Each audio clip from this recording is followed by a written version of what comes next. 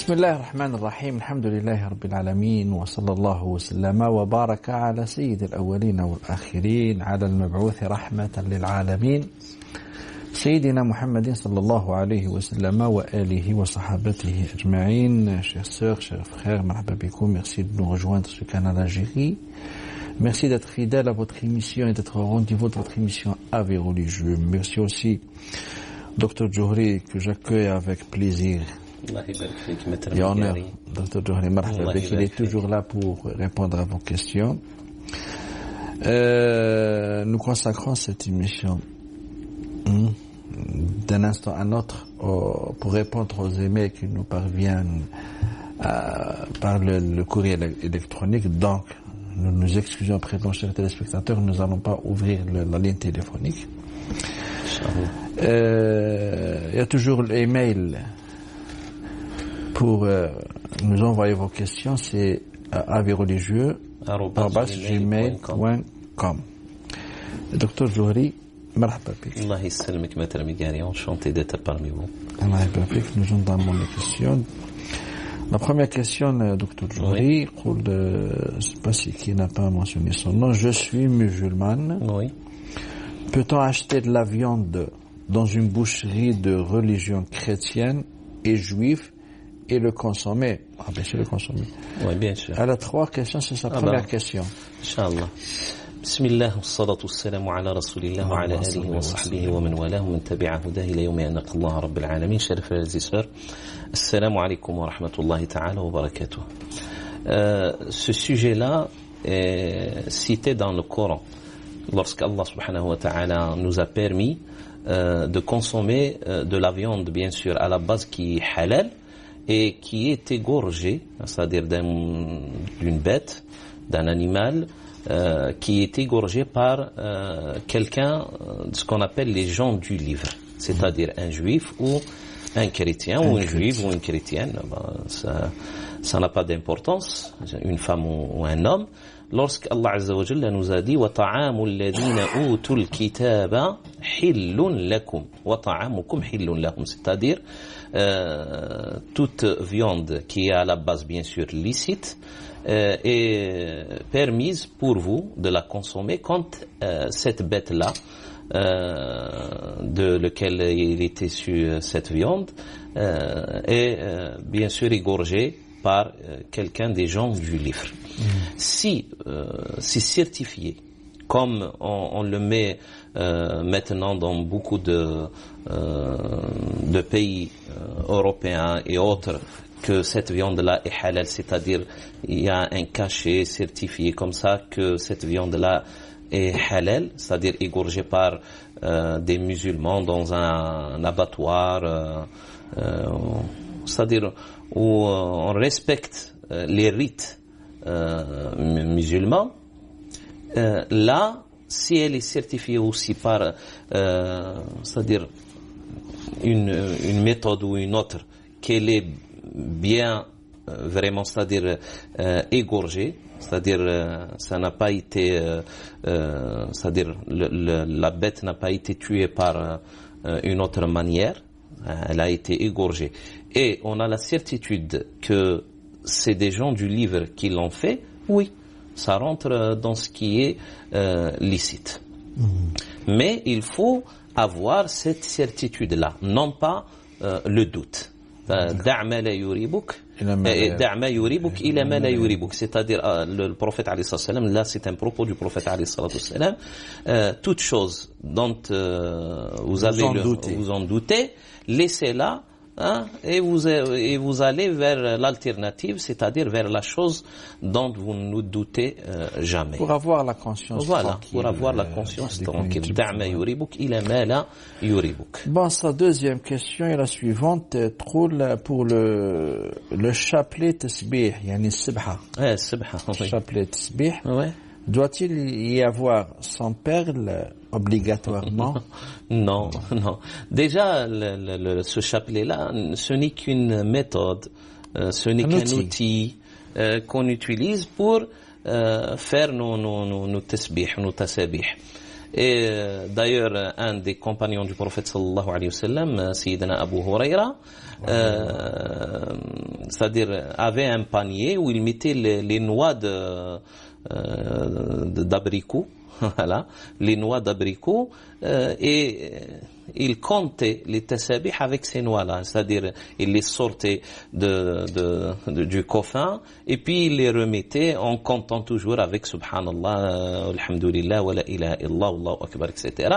Alors ce chapelet-là, tasbiha hadi, ce n'est qu'un outil pour compter. Il y en a, moi j'ai vu des chapelets en nombre de 11 perles, des chapelets en nombre de 33 et d'autres chapelets qui sont les plus célèbres, c'est au nombre de 33, c'est-à-dire pour faire 33 fois Subhanallah, et puis 33 fois Alhamdulillah, et puis 33 fois Allahu Akbar.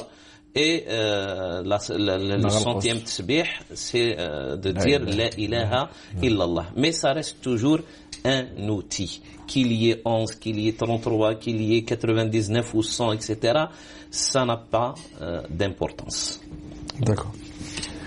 Et ça, troisième question. Peut-on rattraper et rassembler le retard de la salat subh du jour avant à celle du lendemain? Non. Toutes les prières qu'on a délaissées, peut-être qu'on a oubliées, peut-être qu'on va pour une raison ou une autre, sont remboursables. Elles sont toujours obligatoirement voilà, remboursables. Et peut-être elle fait allusion peut-être à ce qu'on appelle ratibat al-fajr.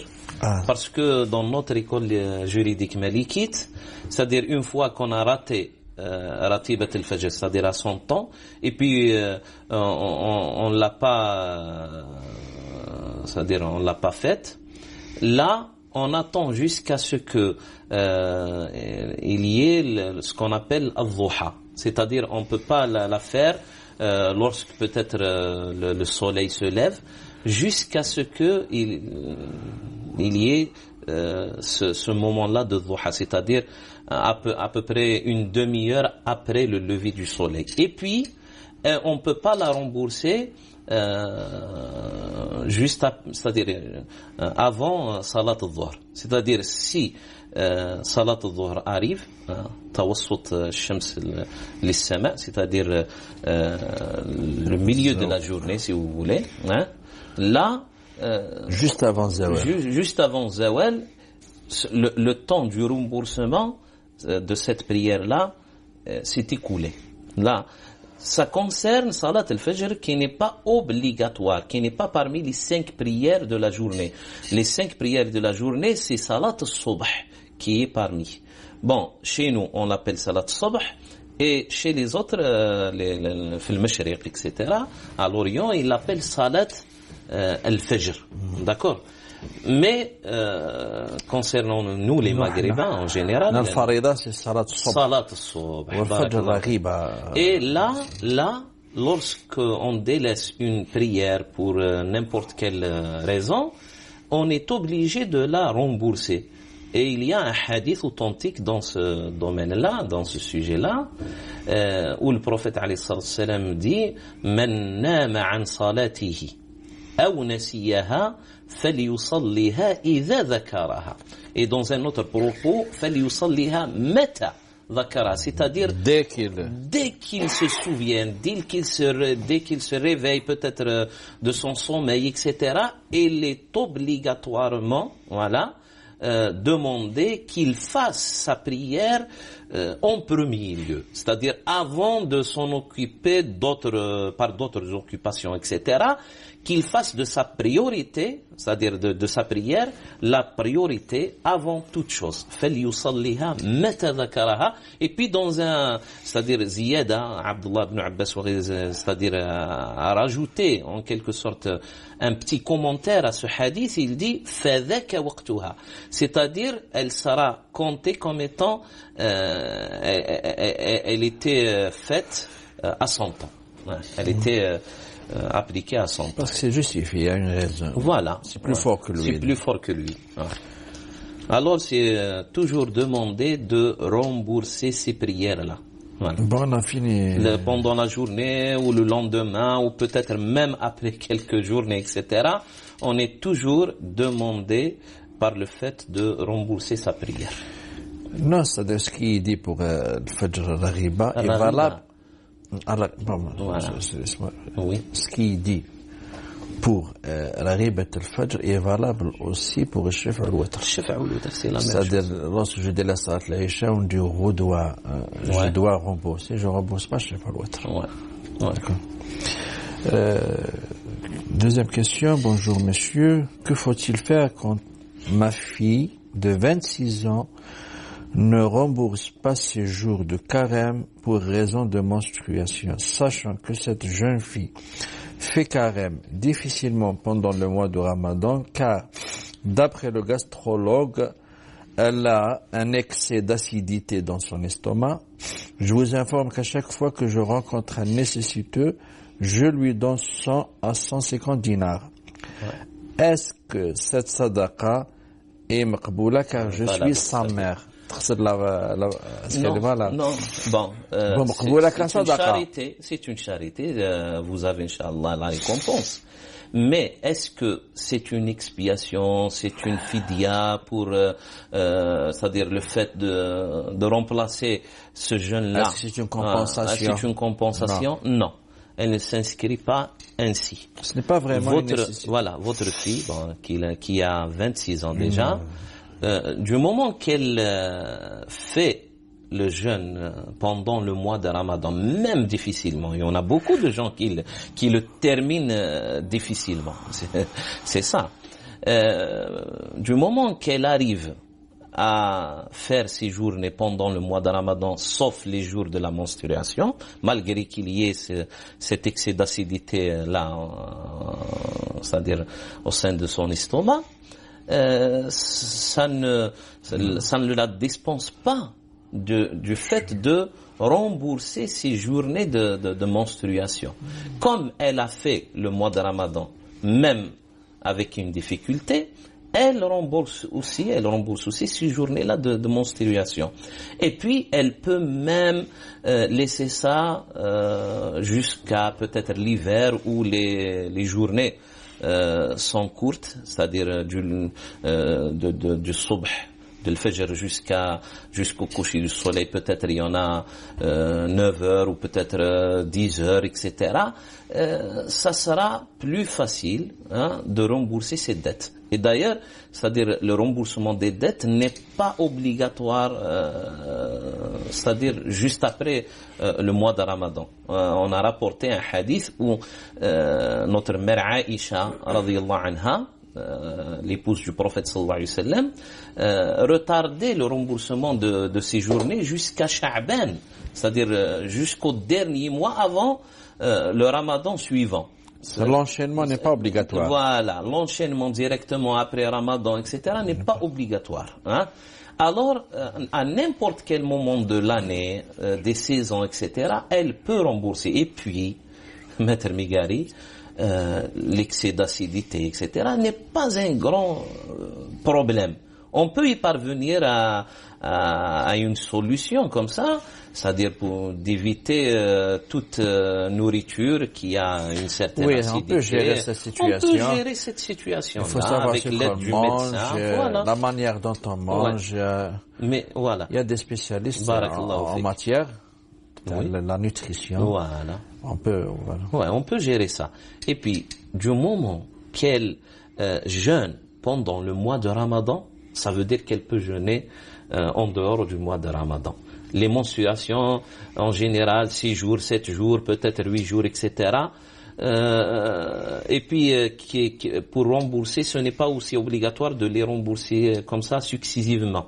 C'est-à-dire ne pas les couper. On peut rembourser une journée, laisser le temps d'une semaine, peut-être même plus, etc. Rembourser une autre journée. Là, Allah subhanahu wa ta'ala nous a jamais mis dans la gêne. c'est-à-dire فَعِدَّةٌ مِنْ أَيَّامٍ أُخَرَ, ce n'est pas obligatoirement successif, c'est-à-dire qu'elle soit successive, ces journées-là. Même ça paraît un peu paradoxal parce Oui. que apparemment, le jeûne règle les problèmes gastriques. Ben ouais. Normalement, ben. le jeûne doit l'aider à s'en débarrasser de ces Bon, et puis, c'est 100 dinars et 150 dinars, etc. C'est une charité, mais ça ne prend jamais la place du remboursement de la journée. Pourquoi? Parce qu'elle n'est pas malade d'une maladie chronique qui l'empêche de jeûner pour toute la vie. Là, si c'était le cas, c'est-à-dire les médecins vont juger qu'elle ne peut jamais jeûner pour une raison ou une autre, là, bien sûr, c'est-à-dire vous pouvez vous en acquitter de cette somme-là pour elle, parce que vous êtes sa mère, elle est sous votre tutelle, vous et son père. Mais quand même, j'ouvre une parenthèse, docteur Djouhri, pour ce détail, justement, donner 100 dinars, 150 les dollars. nécessiteux. On fait pas ça à sa guise. Ouais. Enfin, il faut le demander auprès d'un imam, comment on fait, combien je dois me chier. Voilà. Très bien. Et puis, peut-être qu'elle va compenser. Il faut choisir aussi les nécessiteux. Et donc, d'accord. C'est-à-dire, il faut connaître leur cas. Parce qu'il y a quelqu'un peut-être qui demande de la charité qui n'est pas vraiment dans le besoin. Mais même la somme, est-ce que ça compense? Il faut le demander. Ouais. On veut pas. Très bien. Mais généralement, 100 à 150 dinars, c'est suffisant, normalement. Je suis diabétique de type 2. Oui. Diabétique de type 2 depuis 5 années. Je prends 3 comprimés par jour avant de le manger. Novonorm, comprimés matin, midi et soir. Oui. Je veux savoir si dans mon cas, je peux jeûner, faire le ramadan ou non. Allah Hidazikum, donnez-moi une réponse et m'explique ce qu'il faut faire chaque année quand je jeûne. J'ai du mal à terminer la journée, surtout vers les coups de 21h à 22h, car ici, chez nous, en France, exactement à Sedan, on mange, Sedan, oui. On mange vers 21h50, la journée est très longue. C'est tout à fait. Alhamdulillah, jusqu'à présent, j'attends en urgence la réponse. Ça veut dire qu'il a déjà jeûné pendant les années précédentes. Même qu'il difficilement arrive, apparemment. Voilà, difficilement à terminer ses journées, mais quand même il a cette capacité-là. Il lui reste de consulter le médecin. Un médecin. C'est-à-dire, il faut qu'il le fasse avec l'accompagnement du médecin. Avec l'accompagnement de son médecin. Bien sûr. De son médecin. S'il est musulman, il connaît les rites. S'il n'est pas musulman, il va lui expliquer, c'est-à-dire... c'est universel, la médecine. Et voilà. Non, c'est-à-dire, il lui explique son cas. Oui. C'est au malade d'expliquer son cas, c'est-à-dire je vais rester sans boire, sans manger pendant 17 heures ou 16 heures, etc. successivement comme ça. Est-ce que je peux prendre des médicaments? Est-ce que je peux, c'est-à-dire modifier la prise des médicaments de la journée vers la nuit, etc. Là, c'est à votre médecin de vous guider dans ce domaine-là. S'il vous dit que ça pourrait, en quelque sorte, vous provoquer un problème de santé, avec l'accumulation des journées jeûnées, etc., et qu'il vous dit qu'il ne vous est pas permis de jeûner, qu'il vous est déconseillé de jeûner, là, vous allez prendre l'avis du médecin comme étant un avis religieux. C'est-à-dire que le médecin prend la place du mufti. C'est-à-dire, avec sa connaissance, avec la connaissance de votre cas, il a c'est-à-dire cette capacité-là, en quelque sorte, de vous dire que le jeûne vous est déconseillé. Alors, il faut consulter d'abord le médecin. Si vous arrivez à jeûner, alhamdoulilah, si vous n'arrivez pas vraiment à jeûner, et puis la prise des médicaments doit être vraiment très très respectée, c'est-à-dire la prise des médicaments, là, vous n'allez pas jeûner et vous allez vous acquitter de ce qu'on appelle la fidya. Lorsqu'Allah Azza wa Jalla a dit وَعَلَى الَّذِينَ يُطِيقُونَهُ فِدْيَةُ طَعَامِ مَسَاكِينَ. D'accord. Docteur Djouhri, si vous permettez bien, je rappelle une chose. Une fois, docteur Bardouane, Oui.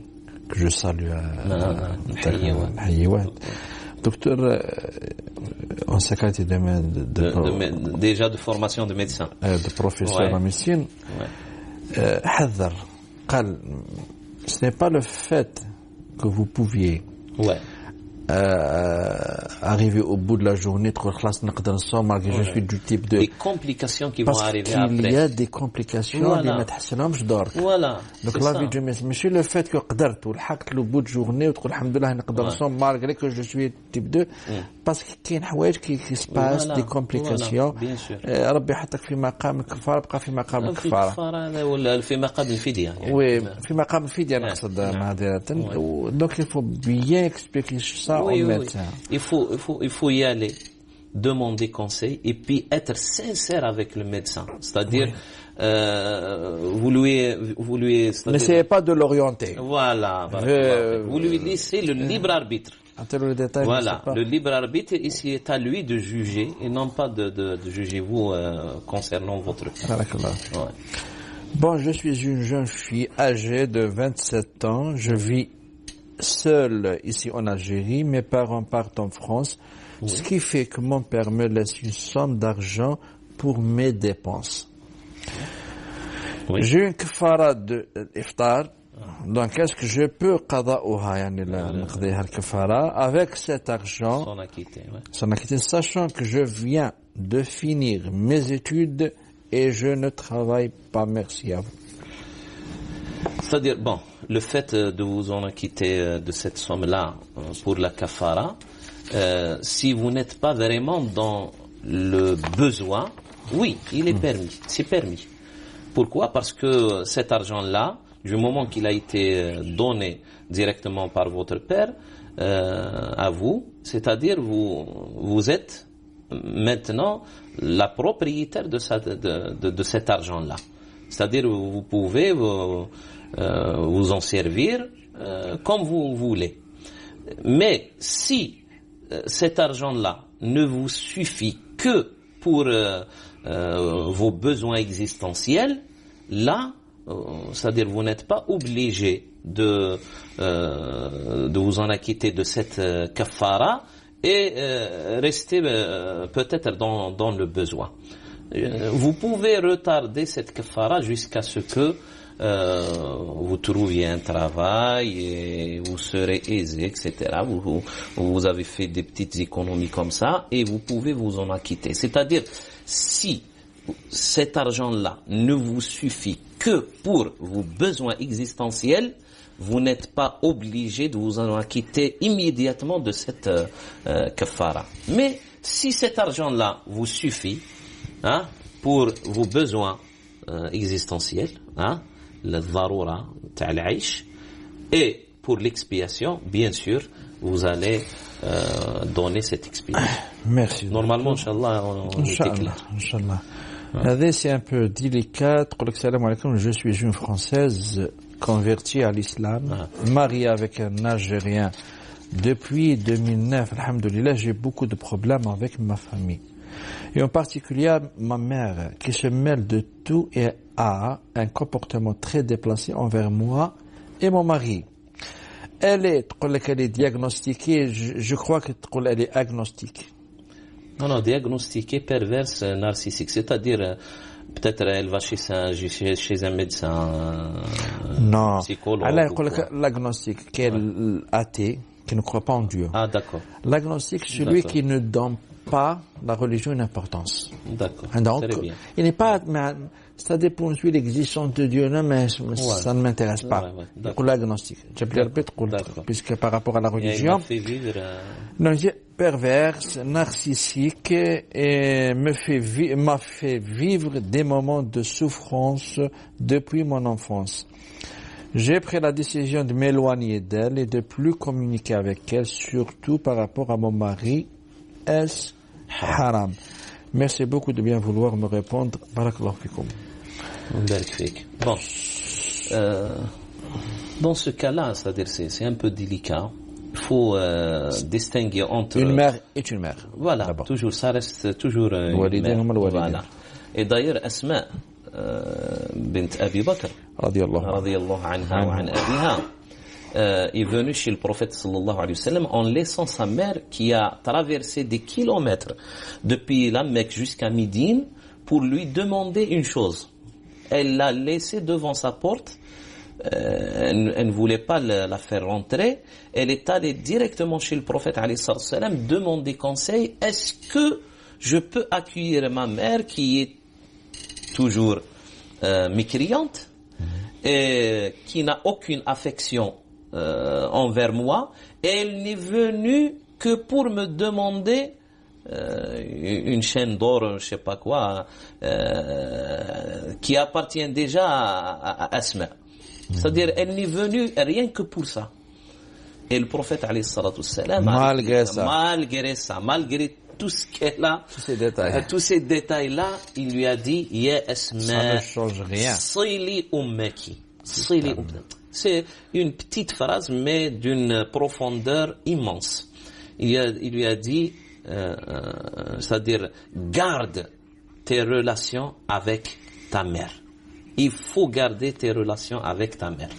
C'est-à-dire, peut-être, subhanallah, peut-être, c'est le même cas, en quelque sorte. Cette mère-là, ce n'est pas une mère affectueuse, c'est-à-dire, elle a fait trop de mal pour sa fille, etc. Ça arrive, voilà.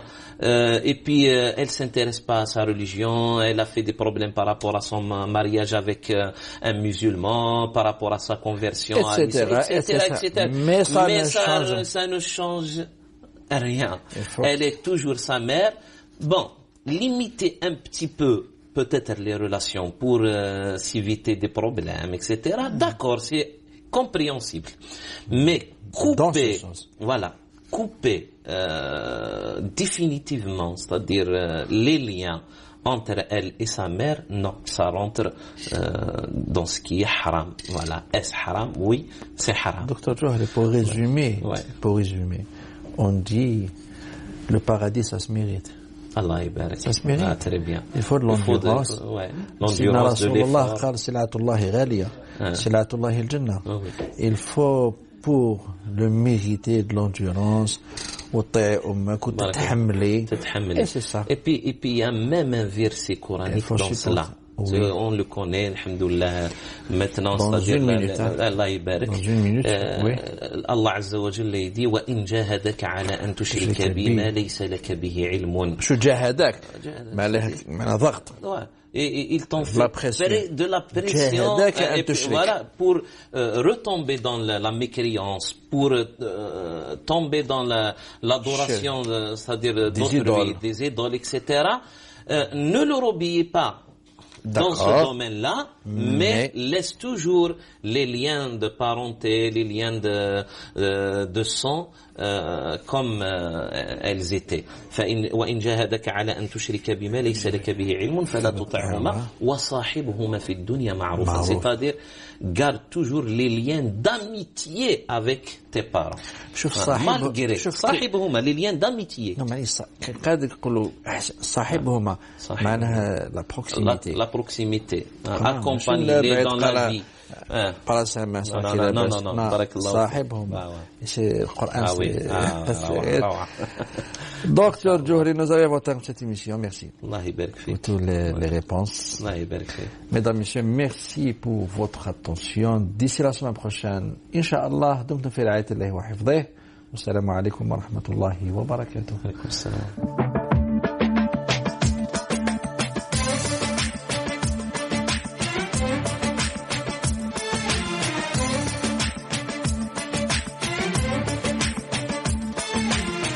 يا رب العالمين الله صل على طه الأمين الله في كل وقت وحين املأ قلبي باليقين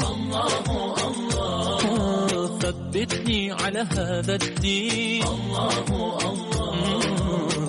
واغفر لي والمسلمين. الله الله حسبي ربي جل الله. الله الله ما في قلبي غير الله. الله الله على الهادي صلى الله. الله الله لا إله إلا الله. الله الله.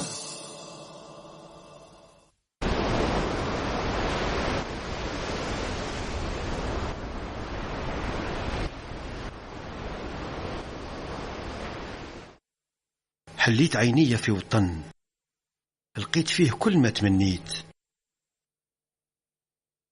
قريت وتعلمت من كل فن والحقت للحلم اللي حبيت. واجبي اليوم نحافظ عليك، نخدمك بقلبي وعينيا، انت وطني وعيشتي فيك، حبي ليك هو اللي بيا.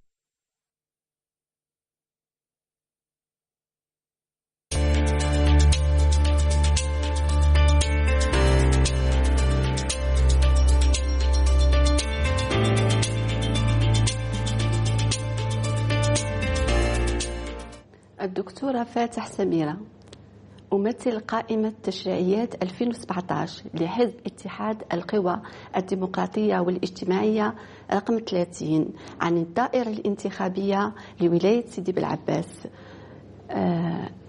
تمثل هذه القائمة خيرة أبناء الولاية، وجوه جديدة ذات مصداقية ونزاهة يتصدرها السيد رزوق عبد القادر أستاذ ورئيس جمعية حقوق الإنسان وترقية المواطنة، والمتحدثة طبيبة ورئيسة لجنة الشؤون الاجتماعية الثقافة والشباب والرياضة على مستوى المجلس الشعبي الولائي للولاية.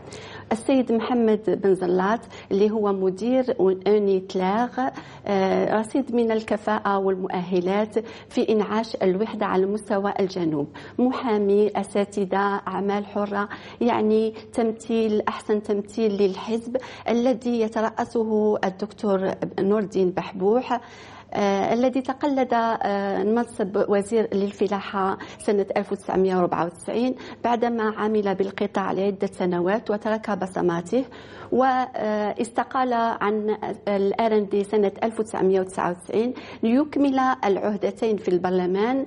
وفي سنة 2012 أسس حزب اتحاد القوى الديمقراطية والاجتماعية، انطلاقا من مبدأ أن الدولة تستمد قوتها من قوة المؤسسات، والمؤسسات تكمن قوتها في إطاراتها في كفاءتهم. فلهذا فنحن نستثمر ونحرص في الاستثمار في العنصر البشري الذي يمثل أساس وركيزة النجاح في كل الميادين. ومن هذا المنطلق نرى أن لإعادة للمؤسسة التشريعية اللي هي البرلمان إعادة تفعيلها، إعادة ثقة المواطن في هذه المؤسسة، نقترح لنا مشروع اقتراحات. من أولا تقليص راتب البرلماني حتى نقطع الطريق على كل من يريد الاغتناء، يعني يصبح غني عن طريق البرلمان. ثانيا كذلك نقترح تقليص وتحديد الحصانة حتى نقطع كذلك الطريق على من يريد أن يبحث عن الحصانة ويضع الترشيحات في المزاد العلني لمن يدفع أكثر. كذلك نقترح تحديد العهدتين، العهدة البرلمانية ل2 فقط، كذلك لقطع الطريق على من تسول له نفسه بإدخال المال الفاسد لشراء المناصب، ونقول له عهدتين إذا وعود مواطن عادي، وشوف هذه القوانين اللي شرعتها إذا هي مناسبة أو لا. كذلك نقترح استحداث وزارة التخطيط والاستشراف.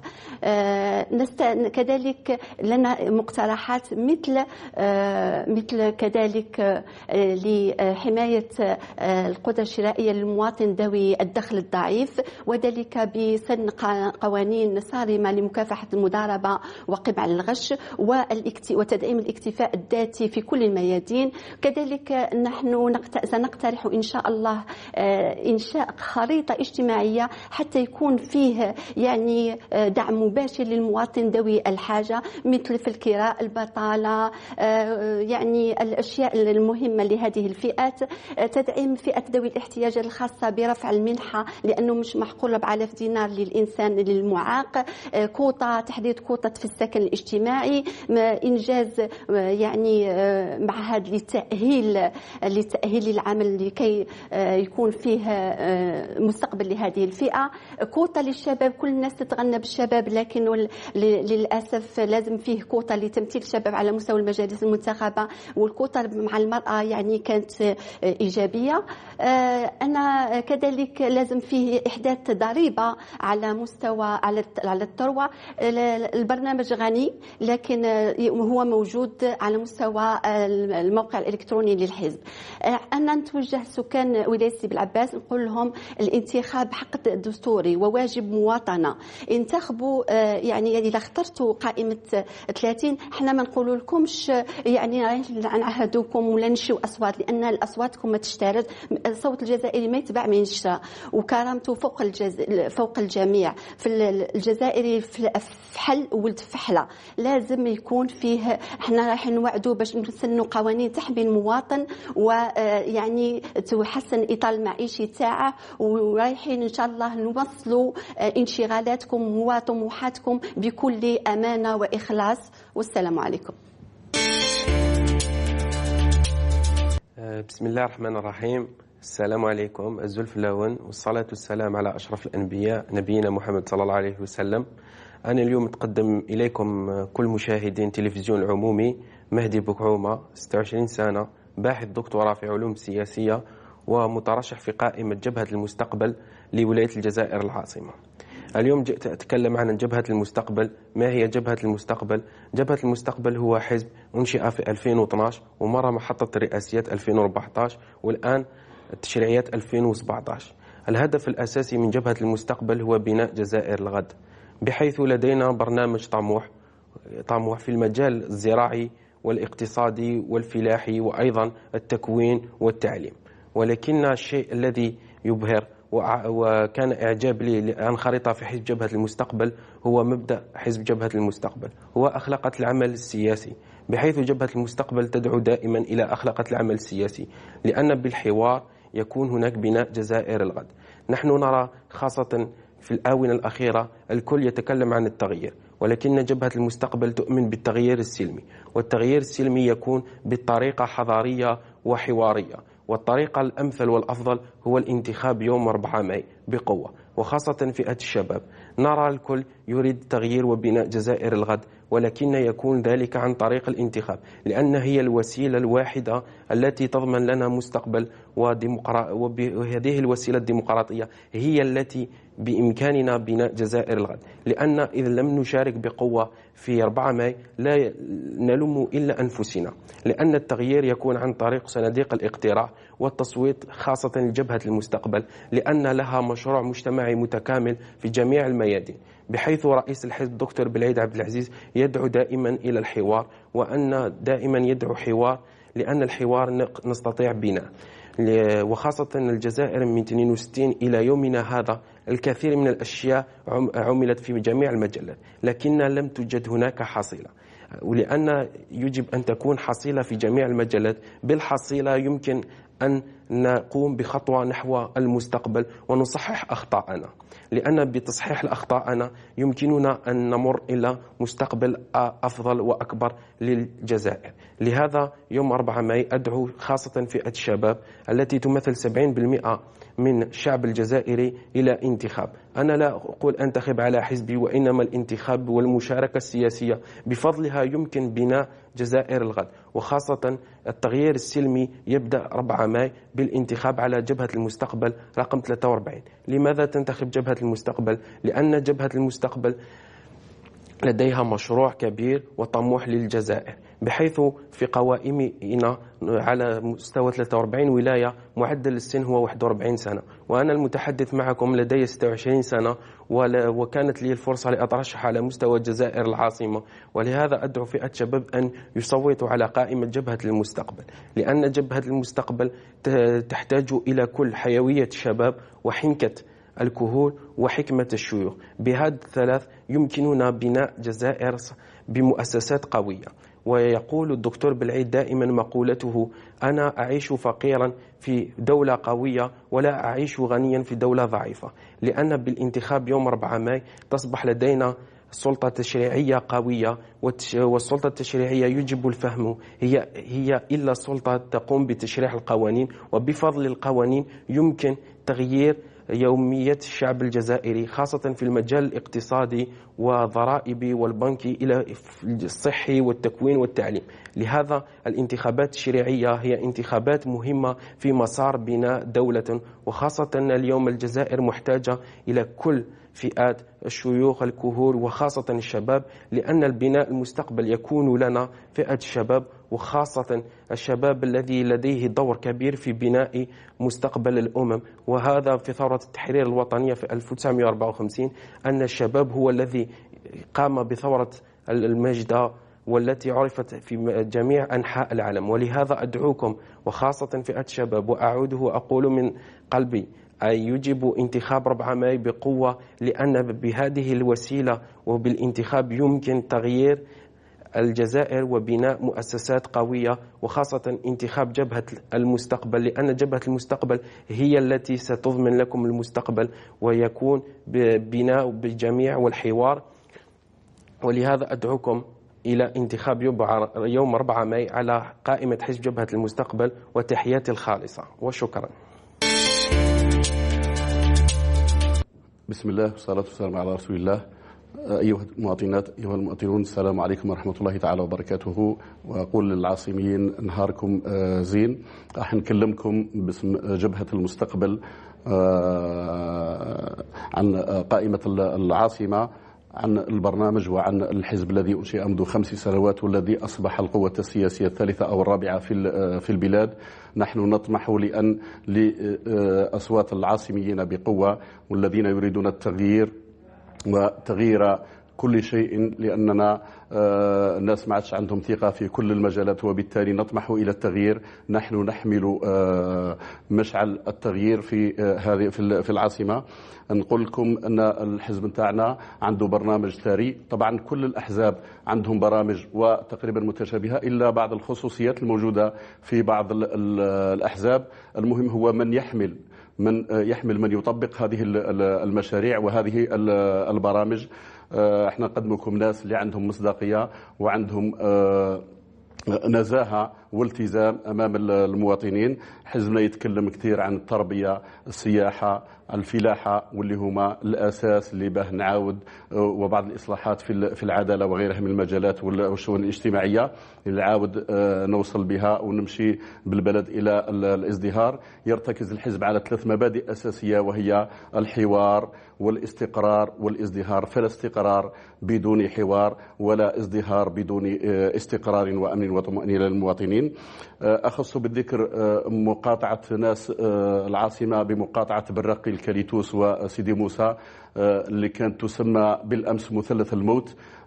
نحن نعمل معكم سويا لأن تصبح هذه المنطقة مثلث حياة وليس مثلث موت. يرتكز الحزب كذلك على عنصرين هام